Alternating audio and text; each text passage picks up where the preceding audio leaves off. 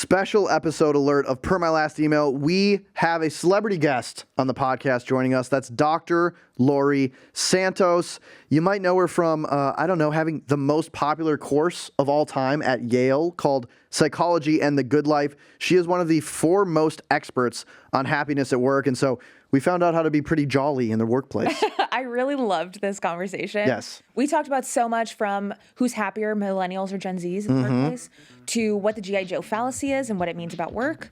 And I'm really excited for you to enjoy this conversation just as much as we did. So let's get into it. Let's do it.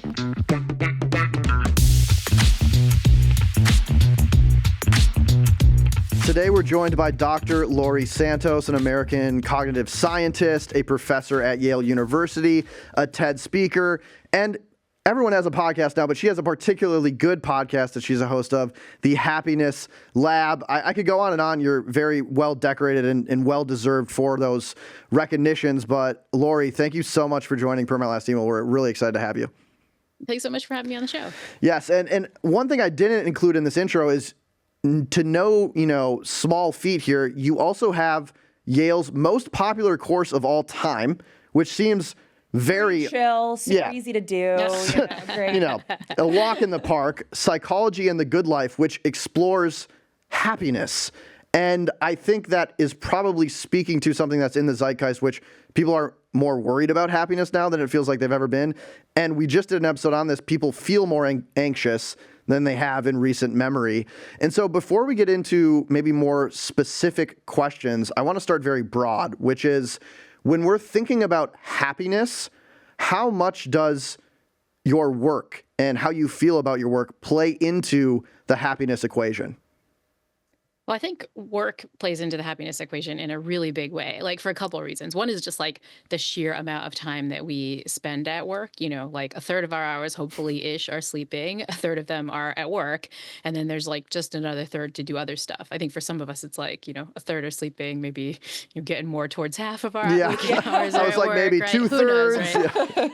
But like, it's a lot, right? It's a lot. And if we're miserable at work, if we're feeling kind of overwhelmed and burned out, that doesn't leave us a lot of space in the rest of our life to kind of experience a little bit more well-being and feel more fulfilled, right? So I think just like temporally, statistically, we're spending a lot of time at work. So if we're miserable there, that's going to be awful for our overall happiness. But I think more importantly, like so much of what we know from the happiness research shows that having a sense of purpose, having a sense of social connection, doing something that's meaningful, doing something that helps others, all of these things are really integral parts of our happiness.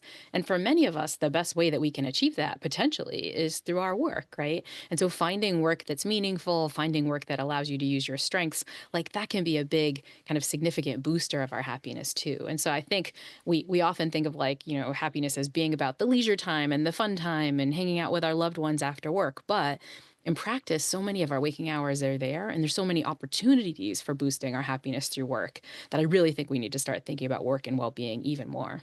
I love that. I think that's so important. And I think happiness maybe is something that is lower down on the priority list for many people when they're thinking about their careers and choosing a career. Speaking of, we have some recent trends at work, whether they've happened over the past few years or the past few months, we would love to get your take on. If you don't mind, I would love to talk about millennials and Gen Zs at work.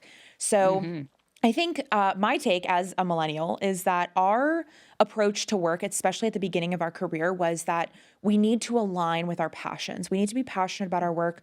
We need to feel like we have a higher calling. And that's what makes work, worthwhile. Work is our identity, so we might as well do something that has an impact. Whereas now, maybe the trend has shifted a little more in the opposite direction, where Gen Z is having a job is just a job. There's a little bit more emphasis on boundaries, on work-life balance, on doing things outside of your job.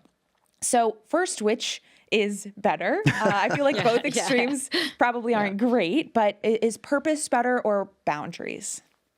Yeah. Well, I think, the answer is, of course, going to be it's a little bit of both, right?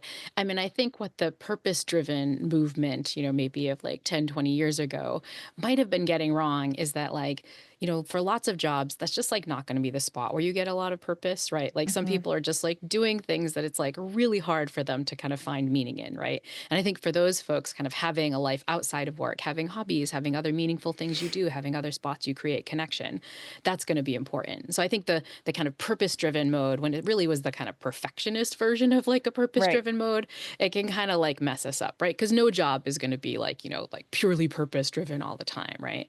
So I think that's where the kind of old school version gets it wrong. I think the new school version gets something else wrong, though, which is like jobs are really good opportunities to find a little bit of meaning, especially to find a little bit of connection.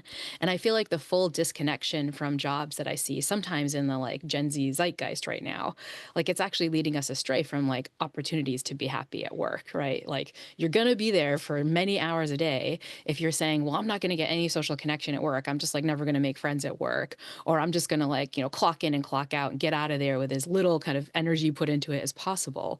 Like you're just really missing out on opportunities to do things that might actually make you feel better, even if that's just like making friends at work, even if that's just like using your work time to kind of have fulfilling social connections. And so I feel like, if we could kind of combine the two approaches, right, where we could have a like slightly more self-compassionate like look at kind of finding our purpose, where it doesn't have to be the end all and be all, but it can be something, then I think we'd have a much happier approach to being at work. Do you have any advice for maybe that younger generation on how they can have better work boundaries, but also find meaning and happiness at their jobs?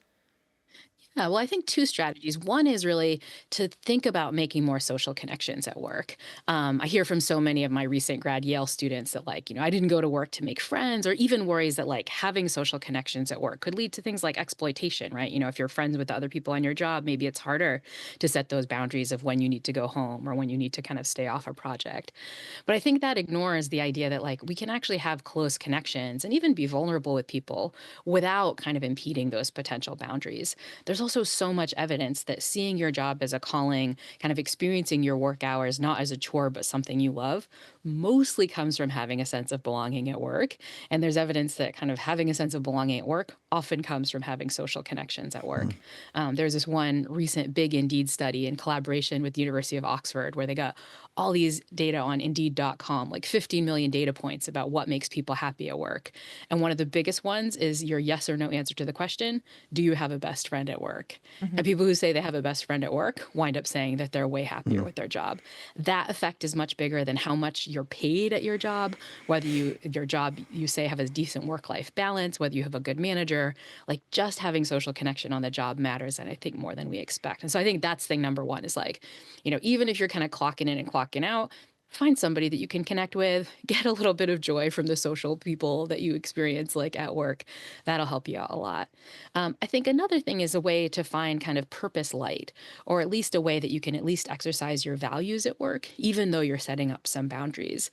And one of my favorite strategies here comes from the work of Amy Resninsky. She's a professor at Wharton Business School, and she does a lot of work on what she calls job crafting, which is this idea of like taking whatever job description you have and figuring out a way to bring in what she calls your strengths, right? So maybe your strength is humor, or maybe you like to push courage, or maybe you have like an appreciation of beauty, or maybe you love learning. Like whatever it is, find a way to bring that into your job.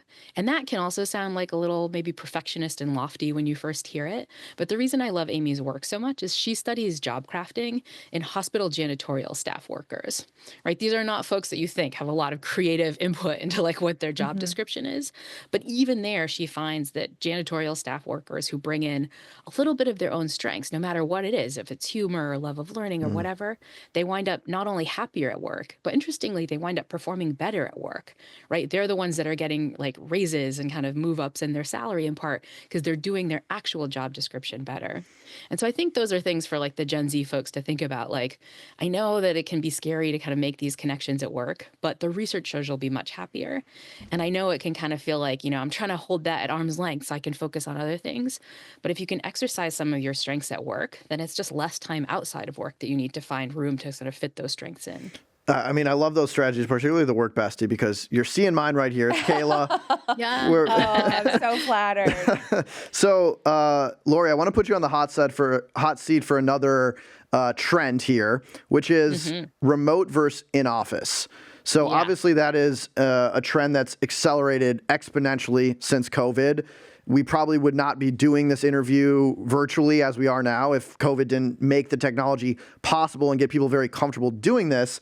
And now we're seeing, even at Morning Brew, we're a hybrid company. We have some fully remote workers, we have some hybrid, we have some in person. All things being equal, who's happier, an in-person employee or a remote employee?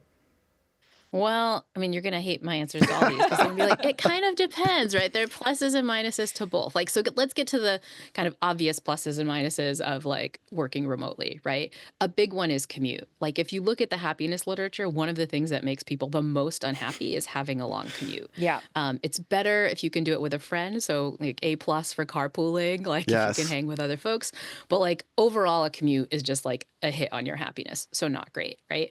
I think there's also a lot more temporal flexibility, right? Often working from home allows you to kind of set your own creative schedule, do what you want. And I think that kind of flexibility, that kind of agency and independence, huge for our happiness, right? But there's often a hit of working remotely. And that hit is one that often comes to our social connection.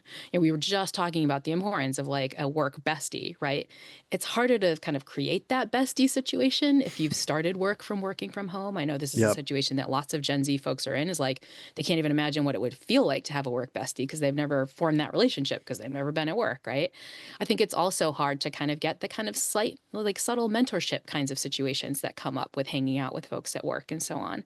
And again, research just shows that one of the biggest things we can do for our happiness is to improve our social connection. So, if you're stuck in your tiny sublet apartment all by yourself for 9 Right. hours a day, like that's kind of just a hit on your social connection. So, what I think the researchers are coming to is that, like, if we could find ways to have both of these, that would be great. And I think that that is the kind of benefit of a sort of hybrid situation, right? So you have some days on the job where you can actually connect with people, meet up with besties, go out to lunch, have the social connection that matters, but also sort of minimize your commute and have the flexibility on other days.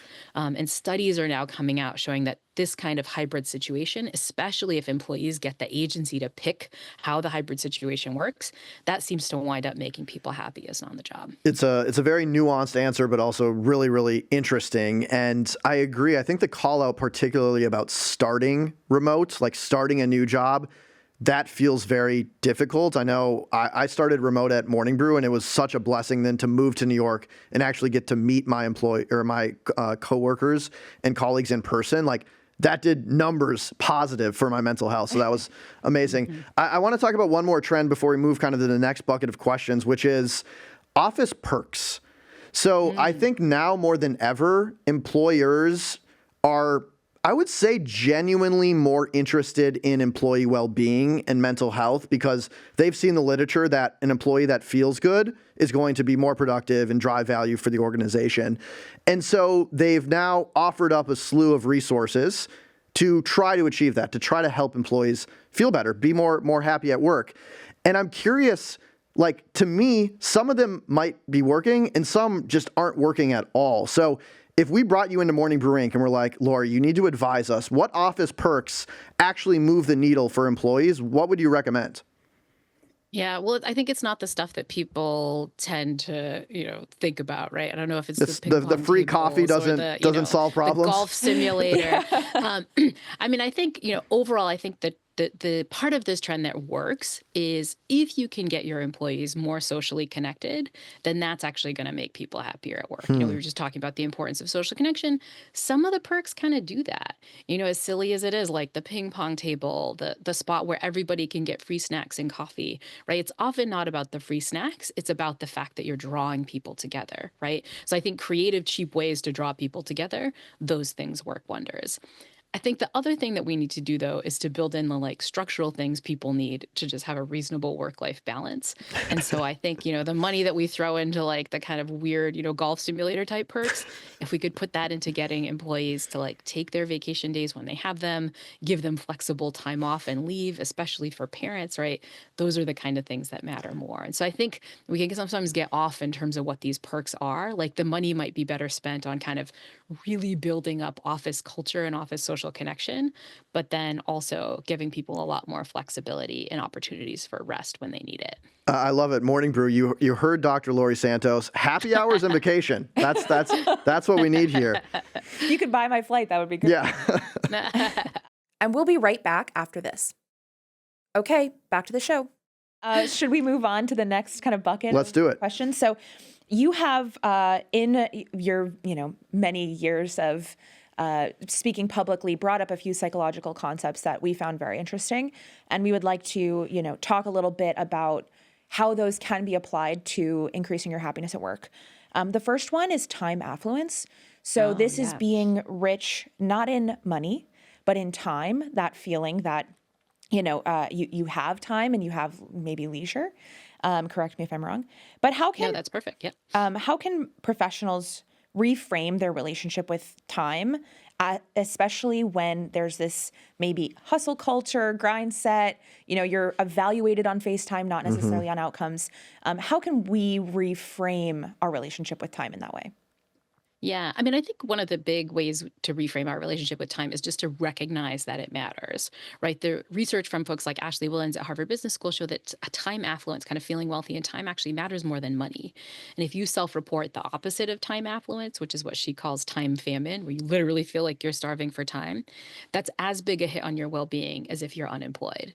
So if you're Wow. listening to this podcast right now and you've got a job, imagine what you would feel like tomorrow if you got laid off. That hit on your well-being is as big as just feeling like you don't have any time. Wow. What does that mean? It means we just got to open up more time. It means we got to open up more time for rest. It means we need to take days off. We need to take our vacation days. I think one of the tragedies of time affluence is just how many people, even when they're offered flexible vacation time, don't actually take it in this country, which is just kind of sad. I think also it means that employers should start thinking about possibilities for flexible time off. I just did this really fun podcast episode with my colleague DJ Dodonna, who's a sabbatical expert, and he Ooh. looks at employees' sabbatical policies, right? Like, can you take an extended leave to rest and engage in new, innovative, creative pursuits? Like, does your company have that policy? And he finds that companies that have that policies actually have happier workers, workers that perform better, and they actually have less turnover. So I think folks think that if you're going to take like a long vacation, it's sort of a golden parachute. That's like what you do right before you're out. But in fact, he's finding that it allows people to stick around longer. And so I think kind of building in time affluence both to the way we approach work, but also to the way, if you're a company, you approach your employees. I think this winds up becoming really important, especially I think for young folks who are thinking about starting a new job. Often when we're lining up different job offers, we basically just look at the salary. Right. Yeah. And that's like, the monetary wealth. Great. But we might forget to look at what's the flexibility with time off. Am I going to get moments of rest? What does the vacation policy look like? Like, in fact, from your happiness perspective, those kinds of things might matter more. Laurie, I know you do not have a lot of time because you're very, very busy, but everything you just said I love so much. I want you to be like the third co-host to Per My Last Email. So many topics in there. We covered sabbaticals and like mini retirements on an episode, and the research was so interesting. You talked about how to evaluate your job. We just did an episode called Rate Your Job that was all about not just thinking about salary, but thinking about the breadth of value that a job can bring to you. So I couldn't agree more with what you said. I think it was really, really an excellent response. I want to talk now going back to job crafting, which you mentioned earlier, and I thought was a really powerful tactic for people to have to find maybe more enjoyment in their work. But I in my understanding of it, maybe a critique of it, it kind of borders toxic positivity, maybe like, oh, your job is so bad. Have you just tried to reframe it? Should you just craft, like, what is the difference, to go a little deeper, between job crafting and toxic positivity?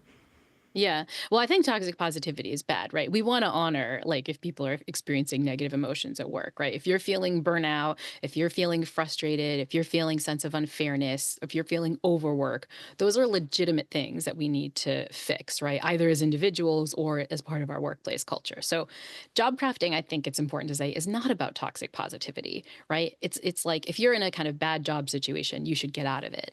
But if you're in, a fine job situation that like could be a little bit better, I think that's the spot where job crafting can really help you out, right? And really what it's all about is just like finding the things you love to do and adding them into your job description, right? This is why I love the fact that the original work on job crafting was done with janitorial staff workers. Like, probably most of you would agree that a lot of parts of the janitorial staff workers' job isn't like not great, right? Yep. Especially hospital janitorial staff workers. They're cleaning like dirty linen. In many kind of hospital situations like chemotherapy and so on, where people get sick, they're actually cleaning cleaning up vomit, right? Like this is a job with like not a lot of great situations, yet people can make it much better when they figure out how to job craft, right? When they bring in the strengths that they have and the things that they love to do into what's already their job description. And Amy Resnensky tells these like really lovely stories about job crafting. One of my favorite ones is she tells the story of a chemotherapy ward worker whose job unfortunately did involve a lot of vomit, cleaning it up. But he said, well, that, I have to do that obviously, but my real job is about humor and social intelligence. Like my job is to make the patients laugh. They're having a really crummy day. And he had this like one joke that he used all the time where he's like, oh my God, that's so much vomit, like overtime, baby, and like joked about it. Like you're laughing, like I bet your listeners are laughing. Yeah. The patients laughed. And he was like, this is why I show up every day, right? He loved his job. And so I think we don't want to kind of think about these strategies as like making an awful situation better, but assuming that you're in a situation that's not terrible, it's also a moment that you can kind of make things better. And even in situations that are terrible, as I said, if you're in a terrible situation, it's worth getting out of it. But that doesn't mean that at the same time, you can't use individual strategies to feel better. Yep. I think all too often, and I think this is something that comes up with my Yale students and Gen Z generally, it's like when you come up with these strategies, individual strategies to make things better, the quick retort is to be like, well, that means you're not fixing all the structural problems. And it's like, no, we can do these things at the same time. And in fact, if you're in a terrible job situation, I feel like you'll be in a better position to get out of it, to fix that workplace culture or whatever, if you're taking some time to give yourself some bandwidth and having some enjoyment too. So I don't think these things always have to be in conflict. I get the toxic positivity point, but I think all too often these things can actually work in synergy, where you're kind of using these individual strategies to feel okay at the same time as fixing the bigger issues too. Yeah, I couldn't agree more. And I love this concept of bringing things that feel authentic to you into your workplace. Like, I think you're just going to be happier and more productive and feel more connected to your work when it feels like you're not hiding who you are. If you're a funny person, then bring that humor and bring that levity into the workplace. So I think that's a really phenomenal tactic. Yeah, I love that. Injecting purpose, maybe when purpose doesn't exist. And that's really what the research shows, is that the more you bring in these strengths, the more you wind up feeling like your job is a calling, right? In surveys, people say, I love my job, it's a calling, right? And that's hopefully probably what a lot of us want, right? Yeah. I think the key, though, is that you have to kind of have some access to your strengths, right? And too often we think of our purpose as some like really big thing when it can be a kind of tiny thing, right? You're just the kind of person that resonates with having a little bit more courage. You just like learning stuff. You just like being a little bit creative. You like all the social parts of your role, right? Like you like the kind of grind where you really have to kind of think about something that's really tricky, right? Sometimes the things that get us really going, our strengths, are tinier than the kind of big, huge things we think about. And that means it's often easier to weave those things into any workplace. Love that. Last one, in terms of psychological concepts, can you explain the G.I. Joe fallacy and how that might apply to work? Yeah, well, all your listeners are too young to remember G.I. Joe, so I have to start like back up, right? In the 80s, there was this cartoon called G.I. Joe. It was like about army dudes, whatever. Yeah.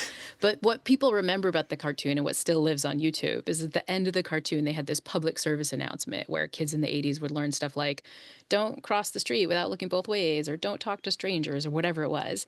And the kids at the end would say, thank you, G.I. Joe, now I know. And then G.I. Joe would say this famous phrase, and knowing is half the battle. And I'd go, G.I. Joe. Anyway, I hope the fair use rights, they won't sort of go after you guys for putting the G.I. Joe song there. But this is the idea, knowing is half the battle. I know what I'm supposed to do, and great, I'm good. But turns out that's a fallacy. I just told you all these things that you could do at work to feel happier, but you may not instantly, having heard this podcast, have rushed out to make a new best friend or have really thought about how you can job craft your job, right? The problem is that we can know what to do without putting it into practice. And so to really be happy, we kind of have to put the work in.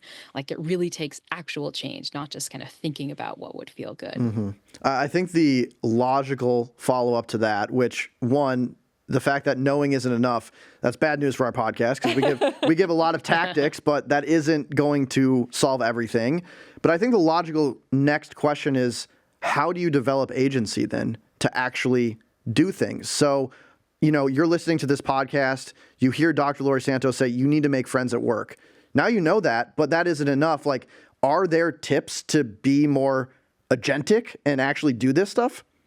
Yeah. Well, I mean, some tips are just like literally put it in the calendar. So put, Tuesday morning, like chat Make a with friend. someone new at work, make a friend.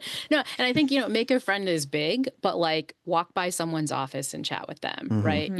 Slack someone a compliment if you're not kind of in person, right? Just do something to try to connect with somebody a little bit more. At the beginning of your Zoom meeting, just like ask like what people did for the weekend or like, what people are doing, like these kind of tiny things are just ways that we build up human relationships, right? So Hmm. literally put that in the calendar and schedule it in.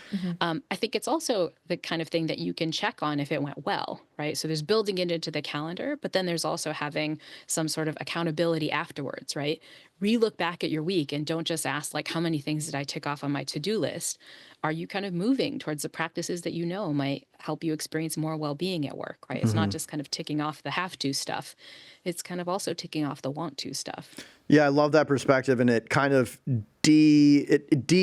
it doesn't make like making a friend seem like, oh, this is such a daunting task. It's like break it down into its component parts and try to infuse your week with those, and you do that every week of a year. You're going to make a lot of progress and probably make a work bestie, as we were talking about earlier.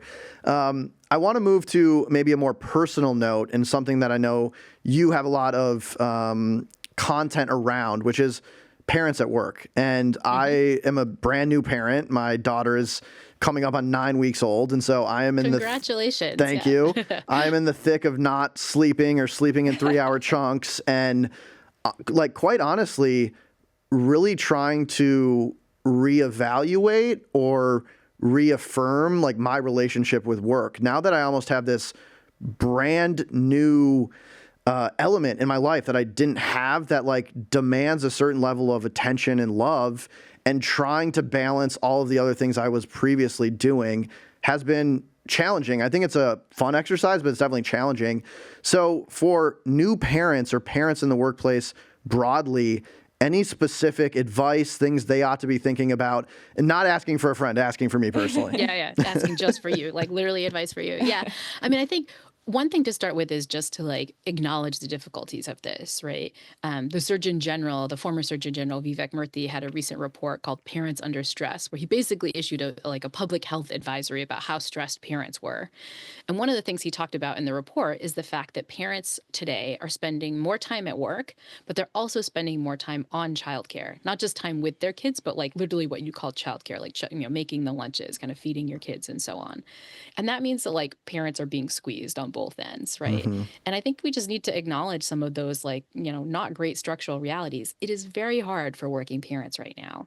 That said, how can we fix it? And I think this is one of the spots where, again, a kind of individual strategy is not fixing the system, but can help us kind of get some bandwidth so that we can fix those systems later.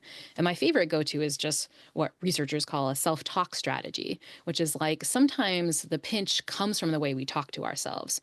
I'm not being, I haven't slept right, so oh my God, I'm sucking at this podcast interview. I don't have the bandwidth, like feeling guilty not getting back to my wife or my kids or whatever it is. Often it's less the situation and more how we beat ourselves up over the situation. And so a good strategy to fight that is just to get a little self-compassionate. That Hmm. involves 3 steps, kind of just acknowledging like, this is hard right now. I'm feeling overwhelmed right now. This is a lot. What's called common humanity, where you just said, but that's normal. It's normal if you have like a 9-week-old to like be tired, to not be at your best, to kind of feel a little guilty, right? And then self-kindness. How can you treat yourself like a friend? What can you take off your plate, and so on? Sometimes, and this is not just true with parents, but I think overall at work, we wind up beating ourselves up in ways like we're the ones putting the pressure on ourselves in ways that wind up making us feel kind of miserable and anxious. And so you can fix that a little bit by kind of altering your self-talk and like just being kind to yourself. It's hard being a new parent, right? It's hard kind of dealing with all these kind of structural realities. So just acknowledge that and give yourself a little bit of grace. I love that, and I'm gonna have to tell my wife. Like, I went to the foremost expert on this, and this is what she said. So we're covered. I know you are like putting out a lot more content around parents. Like, if this question resonated with our audience, where can they go to find out more about how to think about parenting and happiness at work and juggling those two things?